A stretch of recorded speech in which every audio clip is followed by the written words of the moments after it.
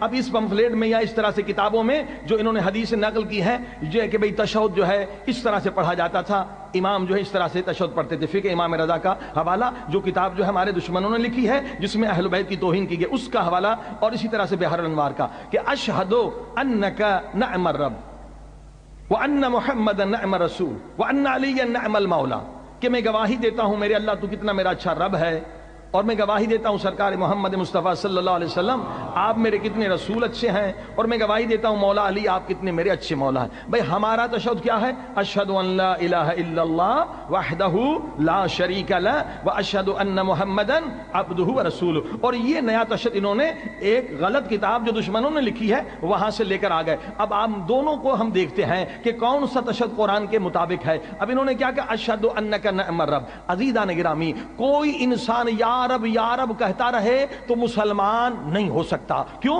اس لیے کہ بھئی کافر بھی وہ جو مشرک ہیں، عیسائی وہ بھی رب کو مانتے ہیں، یہود بھی مانتے ہیں۔ کیا پتہ چلے کہ یہ کون ہے؟ پہلے سب سے پہلے جو مسئلہ ہے مسلمان کب بنتا ہے؟ جب کہے اشہد ان لا الہ الا اللہ۔ اس کے بغیر کوئی مسلمان ہو ہی نہیں سکتا۔ اشہد ان لا الہ الا اللہ کہنا لازم و ملزوم ہے۔ اب اس میں وہ جملہ ہی غائب ہے، اشہد ان لا الہ الا اللہ ہی نہیں ہے، یعنی یہ خود بتلا رہا ہے کہ یہ روایت جھوٹی ہے۔ صلوات پڑھی محمد و آل محمد۔ ہاں جی، لا الہ الا اللہ جس تشہد میں غائب ہو تو اس میں شک ہی نہیں ہے کہ یہ جھوٹی حدیث ہے، ضعیف حدیث ہے۔ لا الہ الا اللہ کے بغیر تو کوئی مسلمان ہی نہیں ہے۔ انہوں نے لا الہ الا اللہ بھی غائب کر دیا اور رب کا نام آیا۔ دیکھیے رب جو ہے یہ صفاتی نام ہے، گواہی جب بھی دی جاتی ہے ذاتی نام سے۔ آپ بھی کورٹ میں اگر گواہی دیں گے تو اپنے اصل نام سے دیں گے، دوسرے بہت سارے نام ہوں گے آپ کے نہیں، مگر وہاں جب سائن کریں گے تو اصل نام۔ تو اللہ کی گواہی جب بھی دیتے ہیں تو اللہ کا ذاتی نام اللہ ہے، رب نہیں ہے۔ رب یعنی پالنے والا۔ رب کا لفظ سورہ یوسف میں مصر کے بادشاہ کے لیے بھی استعمال ہوا ہے جو کافر تھا۔ رب یعنی پالنے والا۔ تو گواہی جب بھی دی جاتی ہے ذاتی نام سے دی جاتی ہے۔ صلوات پڑھی محمد و آل محمد۔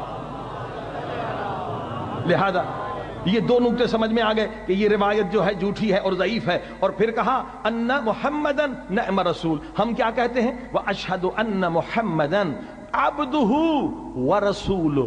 پہلے عبد کہتے ہیں پھر رسول کہتے ہیں۔ کبھی آپ نے غور کیا کہ پہلے عبد کیوں کہتے ہیں پھر رسول؟ ہم گواہی دیتے ہیں آپ عبد ہیں پھر رسول ہیں۔ عزیزان گرامی، پہلے عبد کیوں آیا اور پھر رسول کیوں آیا؟ اس لیے کہ عبدیت کا مقام جو ہے رسالت کے مقام سے بلند ہے۔ عبدیت کا مقام رسالت کے مقام سے بلند ہے۔ رسول تو بہت زیادہ ہیں مگر عبدیت کا مقام ہر ایک کو نہیں ملا۔ دلیل کیا ہے؟ سورہ بنی اسرائیل، سبحان الذی اسریٰ بعبدہ لیلا من المسجد الحرام الی المسجد الاقصی۔ یعنی جب ہم نے عبد کہا تو ہم نے اعلان کیا کہ ہم معراج رسول کے بھی قائل ہیں۔ عبد کہا نا، یعنی عبدیت کا مقام رسالت کے مقام سے بلند ہے۔ انہوں نے عبدیت کو بھی غائب کر دیا، جبکہ یہ سب سے بلند مقام ہے۔ معراج اس طرح سے حضرت موسیٰ کو نہیں ہوا، حضرت عیسیٰ کو نہیں ہوا، کسی نبی کو نہیں ہوا جس طرح سے ہمارے نبی کو۔ کیوں؟ ہمارے نبی مقام عبدیت پر تھے، لہذا یہ نبی کی توہین ہے، یہ نبی کے مقام کو گھٹانا ہے اگر ہم عبدیت کی گواہی نہ دیں۔ صلوات پڑھی محمد و آل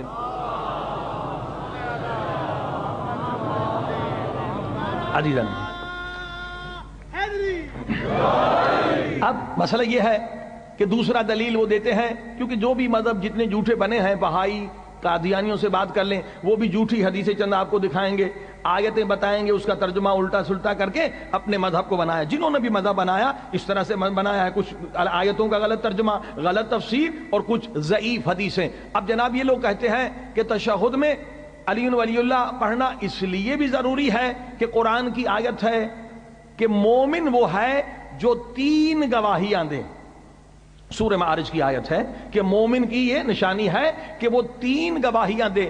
اگر آپ نے مولا علی کی ولایت کی گواہی نہیں دی تو آپ جو ہے مومن بھی نہیں ہیں، آپ نے صرف 2 گواہیاں دی۔ عزیزان گرامی، ہم 2 گواہیاں نہیں دیتے بلکہ ہم بھی 3 سے زیادہ گواہی دیتے ہیں۔ ذرا غور سے سنیں ہماری کیا گواہی ہے۔ پہلی گواہی ہے اشہد ان لا الہ الا اللہ، یہ اللہ کی الوہیت، خدائی کا گواہ ہم نے گواہی دی۔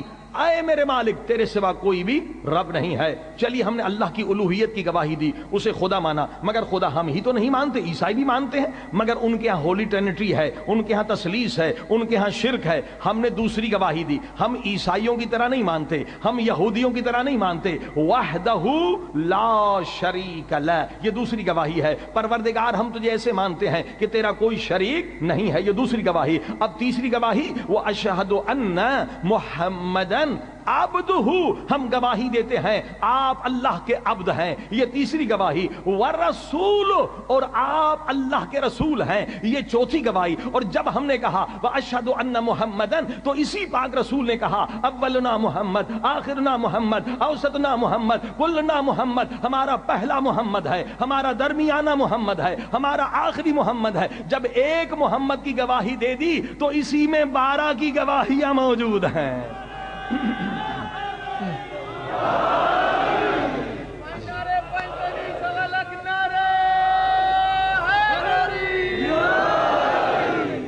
عزیزان کی